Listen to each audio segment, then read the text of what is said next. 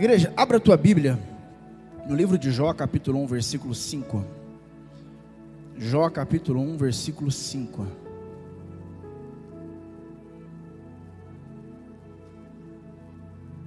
Abra a tua Bíblia no livro de Jó, capítulo 1, versículo 5.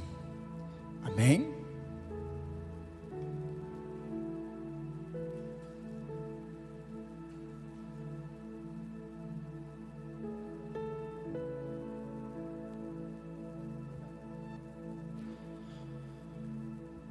Olha o que diz a palavra de Deus. Quando terminava uma rodada de banquetes, Jó se levantava de madrugada e oferecia sacrifícios a favor de cada um dos seus filhos, para purificá-los. Jó sempre fazia isso porque pensava que um dos filhos poderia ter pecado, ofendendo a Deus em pensamento. Amém? Podemos sentar no nome de Jesus. Igreja, são frases, às vezes, frases até mesmo decorativas, né? Bordões que a gente usa. Mas o maior tesouro que nós temos na vida, o que é? É a nossa? É a melhor coisa que nós temos na vida. Você pode passar por várias lutas. Você pode passar por problema financeiro. Você pode passar, às vezes, com problema na sua própria saúde. Mas deixa dar um problema no teu filho, na tua filha, na tua esposa, no teu esposo, você fica assustado, você perde o chão, não é verdade? A pessoa, ela pode estar bem no seu trabalho, ela pode estar ganhando muito dinheiro, mas se ela começar a ter problema com a sua esposa ou com o seu esposo, ela se frustra. Não existe maior riqueza neste mundo do que família, não existe. A pessoa que não conseguiu constituir uma família, a não ser por opção, né, dela, ou até mesmo um chamado diferenciado da parte de Deus, e isso vamos dizer que é um pouco raro, né? A pessoa que não conseguiu, ela se frustra, e a pessoa que conseguiu ter uma família e ela perde, ela também se transforma em uma pessoa frustrada, porque casar é difícil, queridos, é difícil casar. É a coisa mais fácil do mundo. Você vai no cartório, você nem paga, não é verdade? Você casa na segunda-feira, não precisa nem pagar. É muito fácil casar. É difícil fazer filho, querido? É fácil demais fazer filho, sim ou não? Tranquilo. Agora, é difícil manter um casamento? É difícil manter uma família? Meu irmão, é só para herói. É só para herói. Porque você se relacionar com uma pessoa que pensa diferente, teve uma criação diferente, tem às vezes expectativas diferentes, tem sonhos diferentes, e você começar a se unir com aquela pessoa e começar a se fundir com ela ao ponto que começa a ter os mesmos sonhos, os mesmos pensamentos, a mesma intenção, isso leva tempo, isso leva sacrifício. Casamento que não tem sacrifício não dá certo. Não dá certo. Por que quando Deus Ele vai falar conosco a respeito do nosso relacionamento para com Ele, Ele fala que Cristo é o noivo e nós somos a noiva? Está falando do que? De relacionamento, está falando de intimidade, está falando de estar junto. E toda vez que fala isso, a gente tem que lembrar para Cristo, para que nós tenhamos Cristo como noivo, o que precisou ser feito? Precisou haver o que? Haver sacrifício. Sim ou não? Precisou haver sacrifício.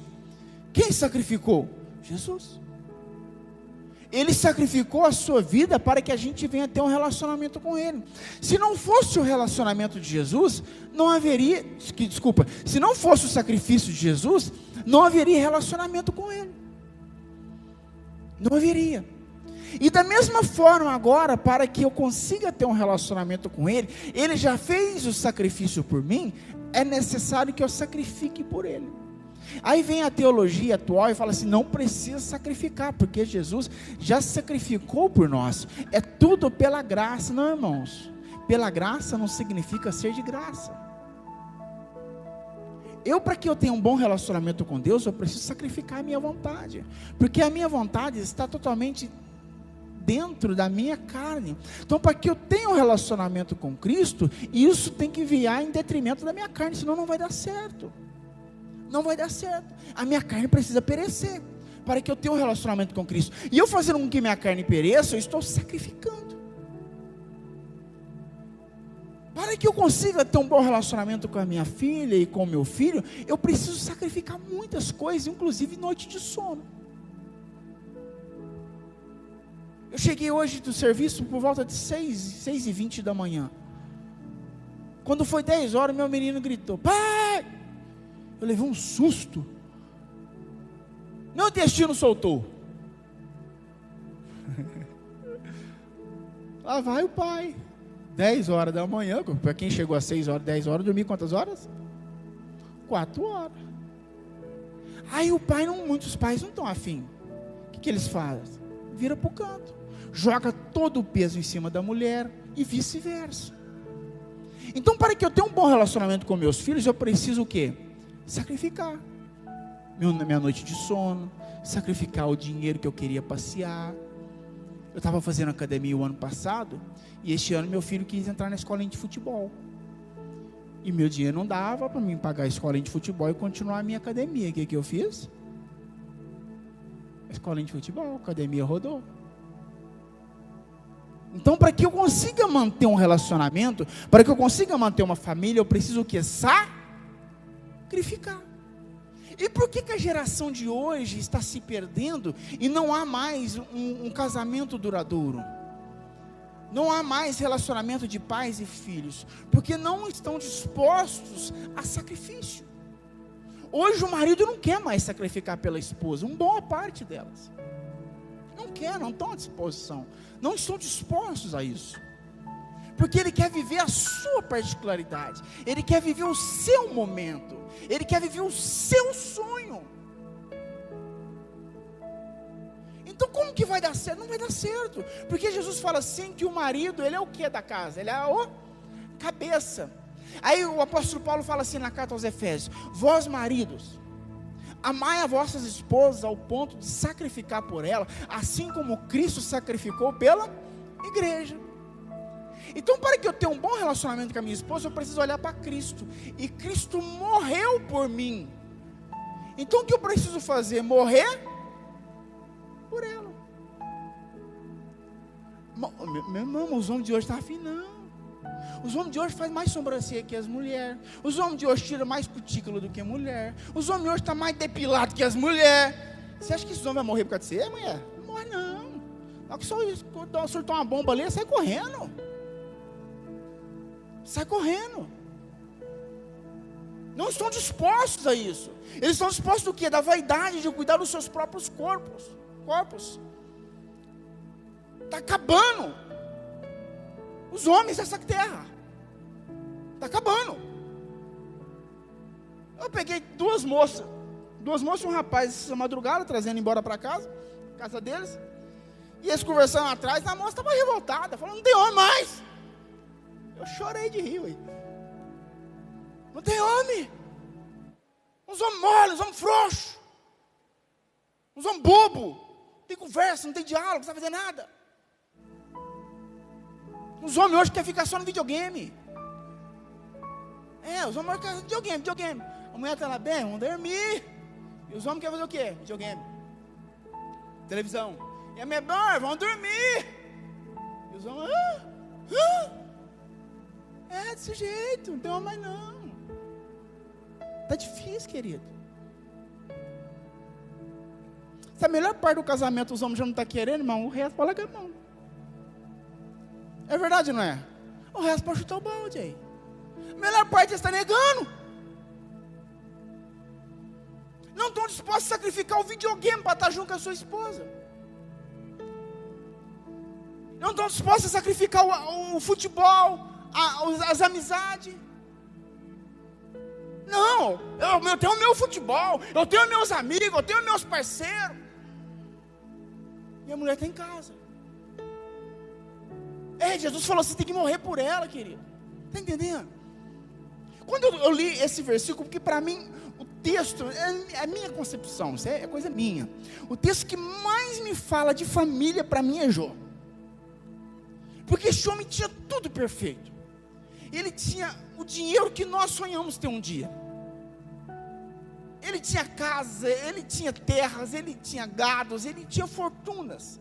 Só que eu não vejo na Bíblia ele sacrificando pelo dinheiro, eu não vejo ele sacrificando pelas terras, eu não vejo ele sacrificando pela saúde, eu vejo ele sacrificando pela família. De tempo em tempo Jó fazia um holocausto e sacrificava em prol dos seus filhos, porque ele pensava no seu coração: será que um dos meus filhos pensou contra Deus? Porque ele sabia que o maior bem que existia é a família. Elcana, de tempo em tempo, ele ia ao templo para sacrificar em prol da sua família, em prol das suas esposas, e principalmente de Ana, porque ela era estéril.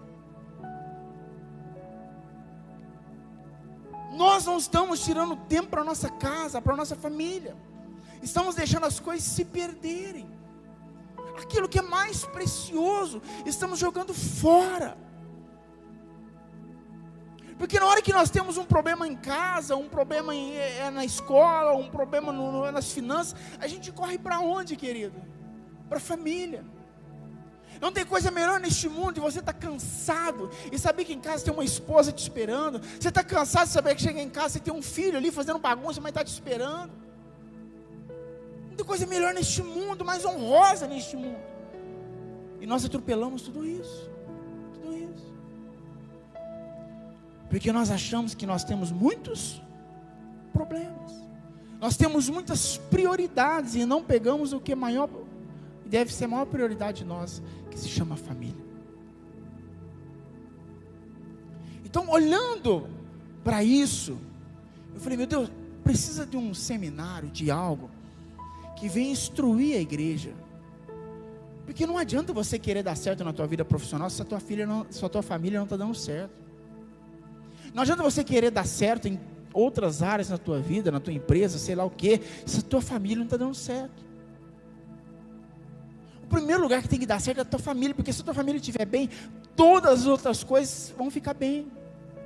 Pastor, minha família está tudo bagunçado, pastor, o que eu faço? Negue a si mesmo. O maior problema num casamento é o ego. O maior problema no casamento é porque todo mundo quer estar certo. Todo mundo quer dar certo. A esposa quer estar certo, o esposo quer estar certo, e vai até a última consequência, porque eu estou certo. E isso vai só destruindo.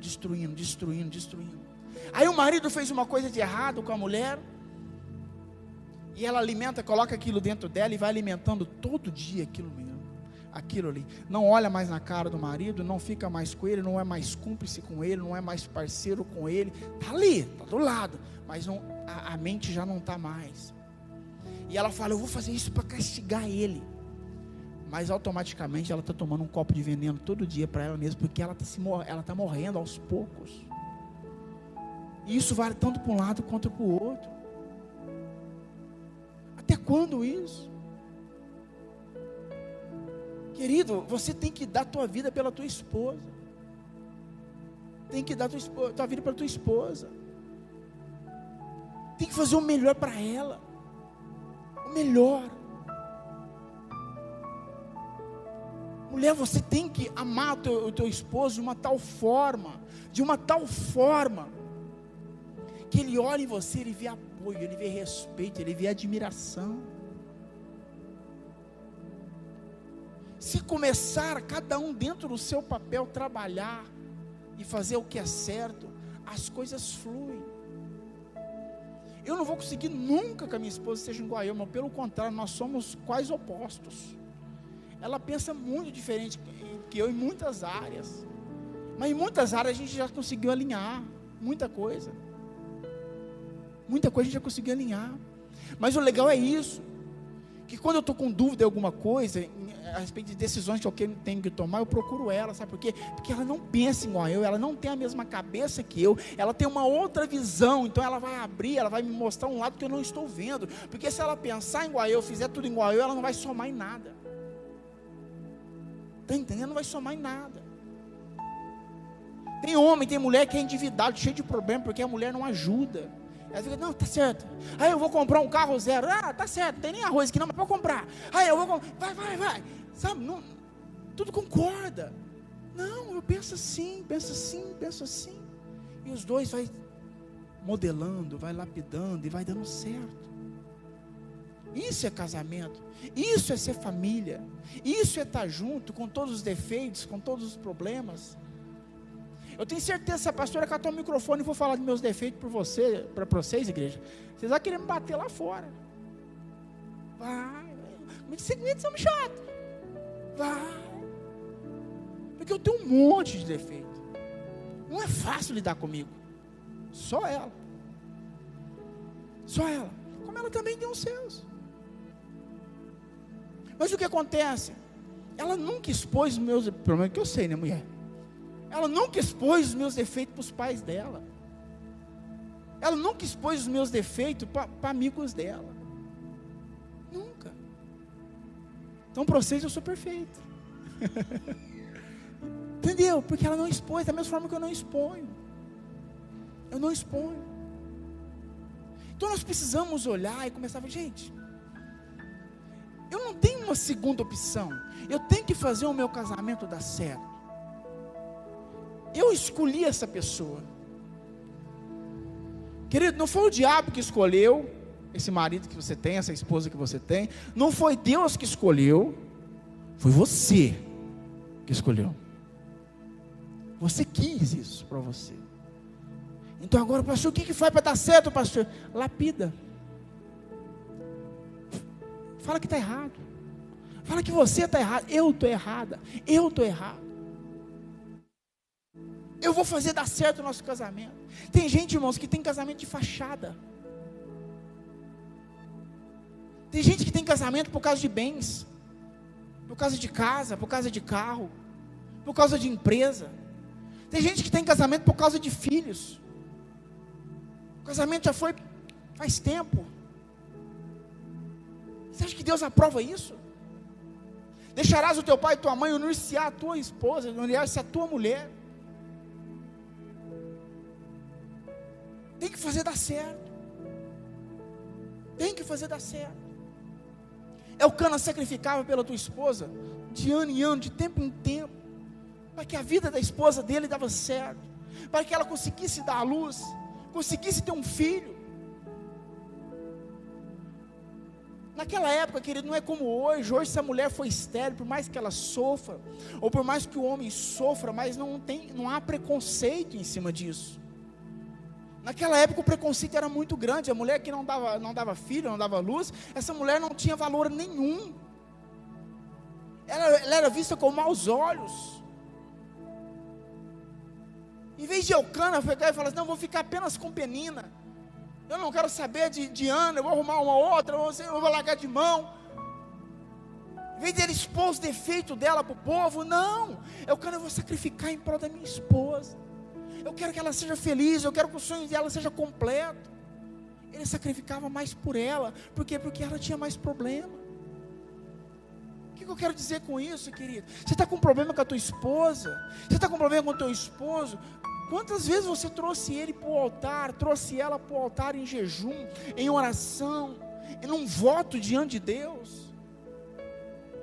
As pessoas hoje não fazem voto mais diante de Deus. Elas chegam na igreja, num culto de adoração, num culto de louvor, levanta a mão para cima e fala, Deus muda a minha vida, Deus muda o meu casamento, e acha que vai acontecer. Não, querido, não é assim que funciona, não. Eu preciso buscar o Senhor, eu preciso interceder, eu preciso sacrificar pela minha esposa, sacrificar pelos meus filhos, sacrificar pelo esposo, e não expor os defeitos. Não, Senhor, lapida, muda, transforma. Antigamente, igreja, né, eu estou dizendo na época dos meus pais já, o esposo tinha problema, a esposa tinha problema, eles iam até o final da vida com problema, eles morriam com problema. Hoje não, tem problema, larga. Tem problema? Larga para lá. Sabemos que tem exceções, que tem casos que não tem jeito, mas isso é exceção, não é regra. Hoje é tudo a base do micro-ondas, hoje é tudo rápido, hoje é tudo descartável, Hoje a televisão que estraga, o que você faz? A maioria das vezes. Você compra outra, sim ou não? Você nem vai, não compensa eu consertar. Então vamos dar um exemplo, 2.000, eu vou gastar 1.500, então eu vou ficar com uma nova. Porque é descartável hoje. Aí a gente está fazendo a mesma coisa no matrimônio, fazendo a mesma coisa com os filhos fazendo com os pais, os irmãos fazendo com outro irmão. Está tudo bagunçado, descartável. Não, eu tenho que consertar o meu marido. E vai ficar difícil, vai ficar caro, não é fácil não, mas eu vou consertar ele. Eu tenho que consertar minha mulher. Eu preciso dar um jeito nela. Que jeito que você faz isso? Falando dela para os seus pais? Ou dele? Falando dela ou dele para os amigos da sua escola, do seu trabalho, da igreja? Vai mudar teu casamento? Não muda nada. Não muda nada. Eu me lembro de uma história que o pastor Cláudio Duarte contava, você deve ter ouvido também já. A irmã chegou no pastor revoltado: pastor, eu vou sair dessa igreja, vou sair daqui. Por quê, mano? O que está acontecendo? Não, tem uma fofoqueira aqui que falou do meu casamento, falou que meu marido não está funcionando muito bem. E essa mulher falou para fulano, e falou para fulano, e fulano falou para fulano. Ele falou: mas quem foi que falou para essa mulher? Fui eu. Então a fofoqueira é você. A fofoqueira é você, ué. Quem está lá é você. Você expôs o seu marido. Foi você que expôs ele. Então a fofoqueira é você. E tem muita gente que é assim. Acha que vai resolver o seu casamento. Eu me lembro uma vez que a gente fez encontro de jovens. As jovens solteiras saíram de lá atordoadas. Muitos falaram que não vai casar nunca mais. Eu fui descobrir por quê. Porque tinha uma bênção lá dentro. De uma mulher que pregou a lenha no marido dela a noite inteira, sentada na cama com as outras meninas. Com as meninas solteiras. Que meu marido é isso, que meu marido é aquilo, que meu marido é aquilo, que meu marido é aquilo, meu marido é aquilo. Falou tudo do marido dela. As meninas falaram: não quero nenhum homem para mim mais não. Pelo amor de Deus. Porque expôs, e alguém vai mudar a história do casamento dela, a não ser ela mesma? Alguém vai mudar a história do seu casamento, a não ser você mesmo? O que Elcana fez para mudar a história? Ele foi para o altar sacrificar. Aí você disse assim: pastor, mas o sacrifício que valeu, pastor, foi o sacrifício de Ana. Porque quando Ana chegou aos pés de Eli, e ali ele falou: Senhor, dá-me filho, senão eu morro. Ali Deus ouviu a oração de Ana, e Ana então foi responder. Mas eu te pergunto, quem ensinou Ana a sacrificar?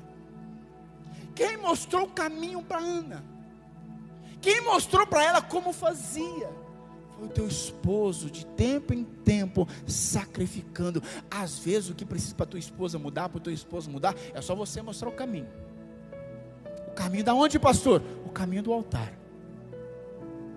Mas a mulher quer mudar o homem quer mudar a mulher. Ah, eu quero tanto que o meu marido se converta, eu quero tanto que a minha esposa se converte. Aí o seu marido chama você para o rancho. Ah, eu vou para o rancho. Aí seu marido chama você para... Ah, eu vou dizer. Aí você não vem no culto. Aí sua esposa chama você para passear. Ah, eu vou passear. Aí sua esposa...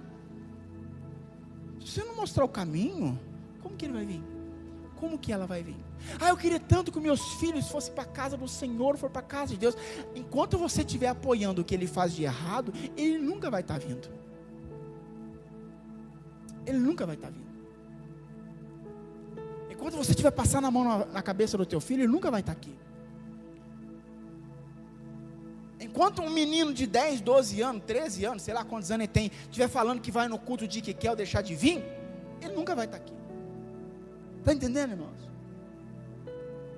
Tem pais que o filho decide: eu vou na igreja hoje. E seu pirralho tem 10 anos de idade. Eu vou na igreja hoje. Ah, hoje eu não vou. Hoje eu estou com preguiça. Hoje eu vou jogar videogame. Eu não venho. Ah, eu não vou na célula dos jovens por causa disso, por causa disso, por causa daquilo outro. Ah, eu não vou no culto por causa... E os pais vão deixando. Aí depois o indivíduo cresce e acha amizade no mundo, nas drogas, porque ela tem muito companheiro, tem muito parça. Aí vem atrás de quem? Pastor, ora pelo meu filho, porque ele está nas drogas. Eu falo: querido, mas ele cresceu na igreja, está na igreja, por que ele não continua na igreja? Não não sei, pastor. Sabe? É porque quando ele falou que não queria vir, você deixou ele em casa.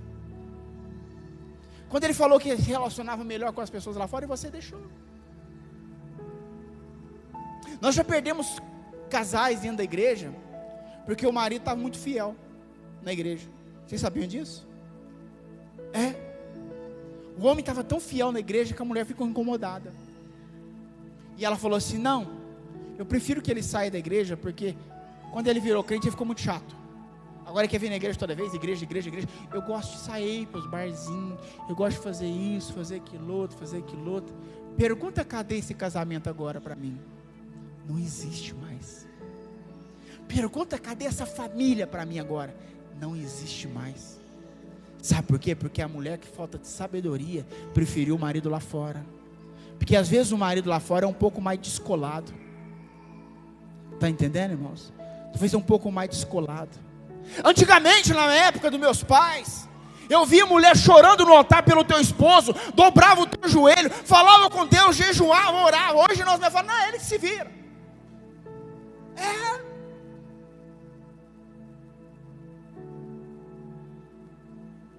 Hoje as pessoas não estão dispostas a pagar o preço, não estão dispostas a sacrificar. Por isso que está onde está. Estão entendendo, irmãos? Por isso onde está, nós temos que tomar cuidado com isso. Porque isso às vezes está acontecendo na minha casa, está acontecendo na sua casa.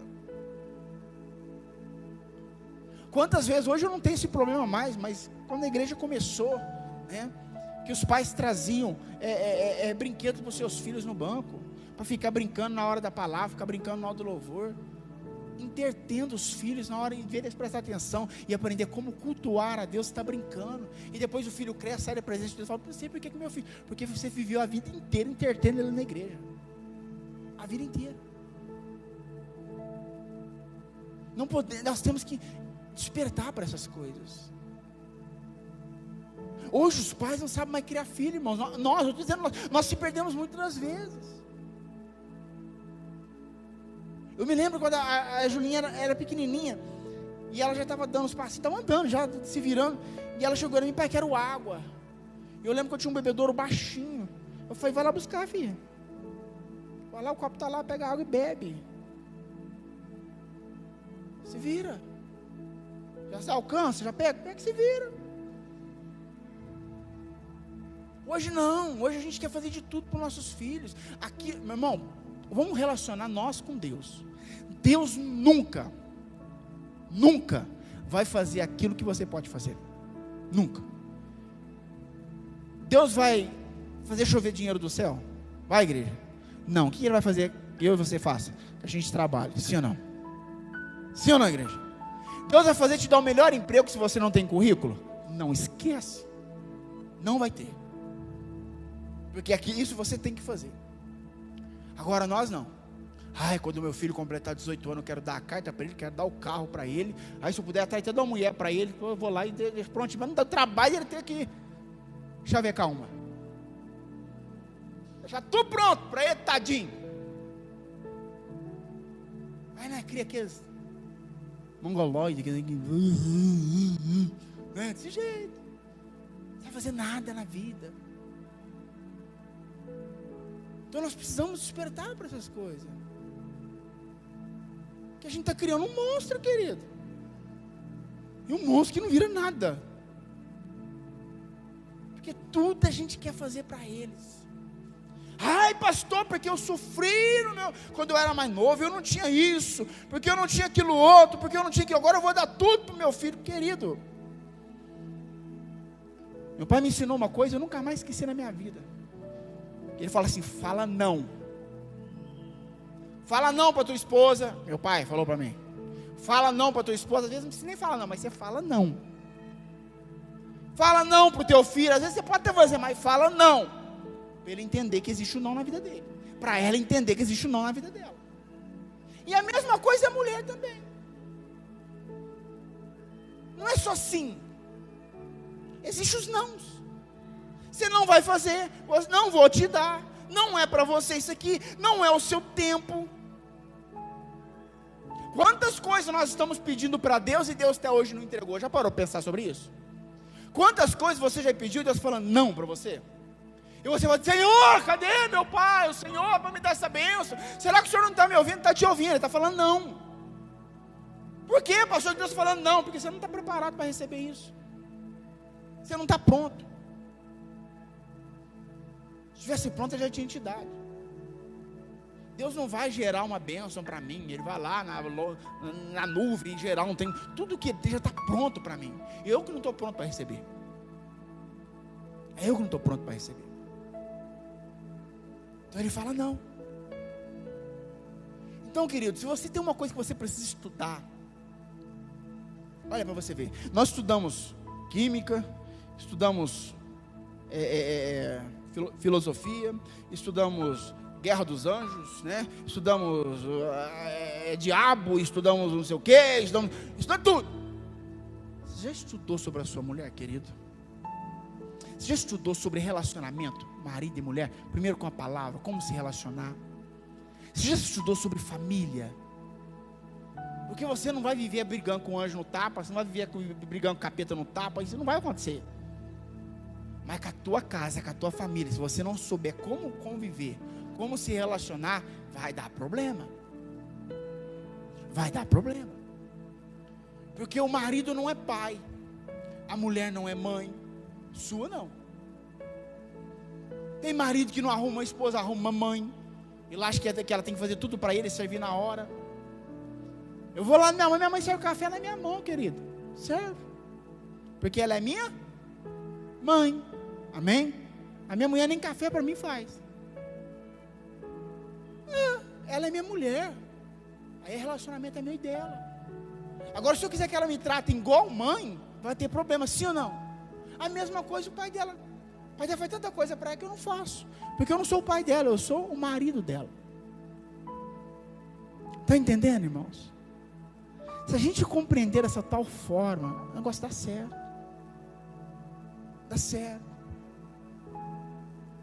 Se a gente compreender isso, a gente vai crescendo, vai avançar a cada dia mais. Amém? Porque esse aqui, ó, tem que dar certo. Diga assim comigo: a minha família tem que dar certo. O meu casamento tem que dar certo. Amém? Tem que dar certo, não tem segunda opção. Se você está dormindo no sofá, querido, a cama é sua também. Vai para a cama. Vai para a cama. Se você está dormindo no outro quarto, no quartinho do seu filho, vai para a cama é sua também. Ela que vire para o canto. Está tudo errado. Aprenda a conviver juntos. Porque se eu não sou capaz de amar quem eu estou vendo, como que eu digo que eu amo ao Senhor? Pastor, mas ele é difícil. Pastor, mas ela é difícil, querido. Relacionamento é difícil. Só Deus para ter uma ideia dessa, colocar um homem e uma mulher no meio, debaixo do mesmo teto e falar: vai dar certo. Só Deus. Porque é uma loucura. Casar é fácil, difícil é o quê? Manter casado. Ter filho é fácil, o difícil é continuar com uma família. Mas só os machos conseguem manter uma casa em dia. Só as mulheres de Deus conseguem ter um relacionamento em dia. Cheio de defeitos, cheio de problemas, cheio de briga, isso faz parte. Mas jamais perder o foco do que é uma casa, o que é uma família, o que é um relacionamento, com as lutas, as pelejas, as discussões. Tudo isso faz parte do relacionamento. O que eu preciso entender é que eu não posso desistir da minha esposa. A minha esposa não pode desistir de mim.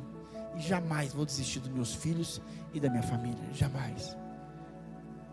Porque antes de eu ter esse ministério para dirigir, porque eu não sou dono daqui, eu sou apenas um gerente. Antes de eu ter esse ministério para dirigir, Deus me deu uma família. E a família para mim é o mais precioso nessa terra. A minha família representa o meu relacionamento com Deus. Não tem como dizer que o meu relacionamento com Deus está bom se o meu relacionamento com a minha esposa não estiver em dia. Eu vou repetir. Não tem como eu dizer que o meu relacionamento com Deus é bom se o meu relacionamento com a minha esposa não estiver em dia. E quando eu digo em dia, igreja, não estou falando que não tenha problemas. Eu digo que existe perdão, existe entrega, existe sacrifício, dia após dia. Amém? Deus confiou uma joia na tua mão que se chama mulher. Deus confiou uma joia na tua mão que se chama homem. Deus confiou joias na tua mão que se chama filhos. Cuide delas com excelência, porque um dia, lá na eternidade, Ele vai querer saber dele, Ele vai querer saber dela, Ele vai querer saber dos filhos. Amém? Ele vai querer que nós prestamos conta diante dele. Ensine o teu filho a palavra de Deus. Ensine na tua casa a palavra de Deus.